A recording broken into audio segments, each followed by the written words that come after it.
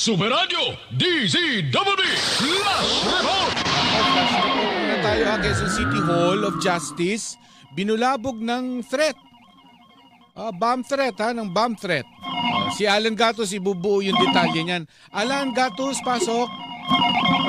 Tatanggap lang natin ang kumpirmasyon mula dito kay retired General Elmo Sandiego, ang pinuno ng Department of Public Order and Safety ng Quezon City, kung saan ay isang bomb threat ang nangyari sa may bahagi ng Quezon City Hall of Justice. Sa impormasyon na ibinigay ni retired General Sandiego, nakatanggap ng text ang Branch 227 na mayroong bomb threat.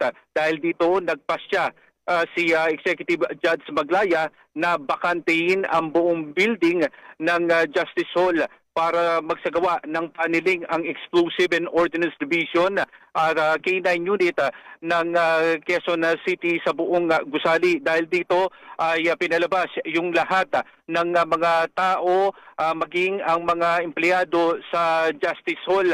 At sa impormasyon naman na ibinigay ni Atty. Perdi Topacio ay nasa loob siya ng Justice Hall kanina nang inanunsyo na kailangan silang palabasin dahil na rin sa bomb threat. Sa ngayon, sa mga impormasyon na ibinigay sa atin ni retired General Sandiego, naroroon na yung mga pulis sa loob ng Justice Hall at nagsasagawa na ng paneling. At tabayanan pa ang mga karagdagang mga impormasyon. Ako sa Alan Gatos ng GMA Superradio DZWB, dapat totoo. Superradio DZWB Last Report! Alas 6 ng umaga. Usap tayo. Super Kwentuhan with Mark and Susan. Superradio Flash Report! Samantala sa Environment Secretary Rafael Lutilla, inilipat po ng pwesto Tuesday sa New Tuesday. Nagpatupad ng panibagong balasahan si Pangulong Ferdinand Marcos Jr.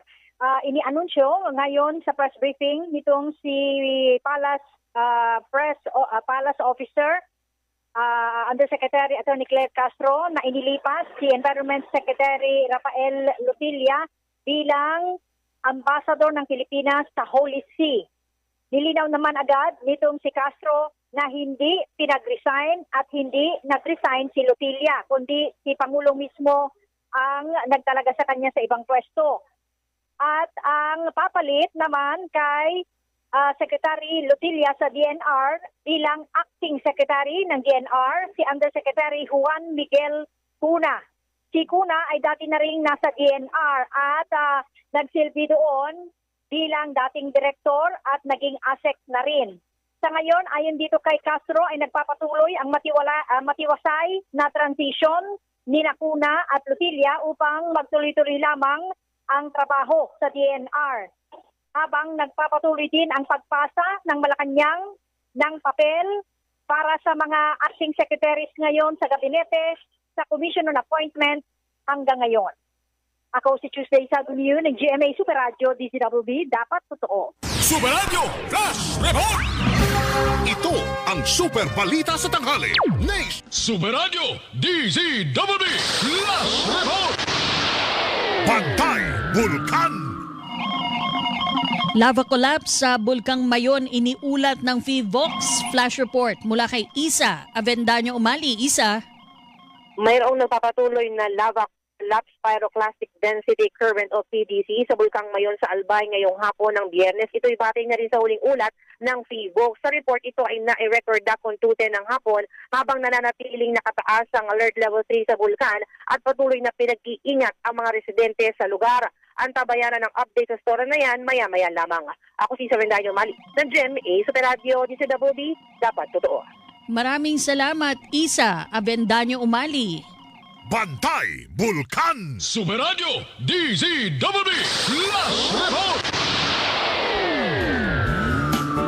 Oo, sige, punta muna tayo kay Nim Parabelo. Maalala ko yan saglit. Flash Meron tayong report. Flash Report. Superradio DZWB Last Report! Uy! Ayan, pag-ibig daw, pag-ibig. Uy! Oh, pag-ibig. Maganda to.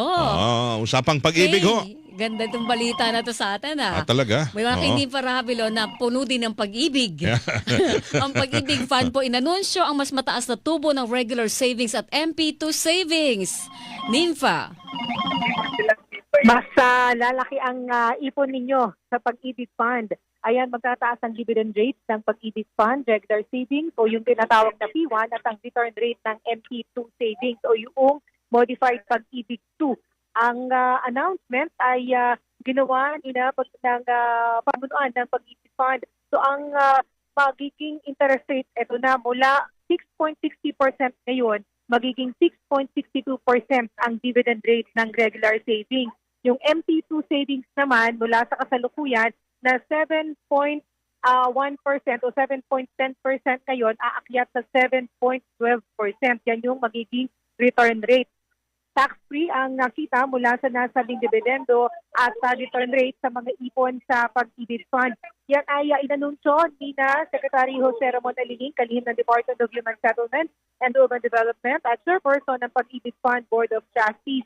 Ginawa naman yung announcement kasama si Pag-ibig Fund CEO Marilen Acosta. At yung kanilang itong pagtataas ng interest rate ay kasunod ng pagbibida na magandang accomplishment ng Pag-ibig Fund. Malaki ang kita nito at ang kasalukuyang assets nito, ang total assets nito nakakahalaga ng 1.23 trillion pesos. At ang net income nito noong nakaraang taon na pinagsandigan itong pagbibigay ng mas mataas na tubo sa mga ipon sa Pag-ibig Fund ay yung net income nito nakaraang taon na 64.34 billion pesos.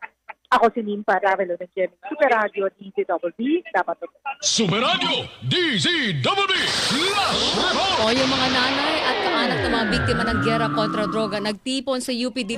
Bueno, salamat na marami. Si 9529, thank you po. Bukas ulit na tayo. Umaga tayo bukas 5:30 Sabado. in the morning, yes. Sa Double Wang, sa Double B Radio na TV pa. Salamat mga kapuso. Ingat sa biyahe. El Bonita Rowena Wang Salvacion. El partner. Bonito Weng de la Peña, dito lang po yan sa Double Weng sa Double B. Dito ang kwento ay May kwenta. naman. Gracias, senyor. Adios, kapuso. Labanan ng fake news. Dapat totoo. Double Wang sa Double B.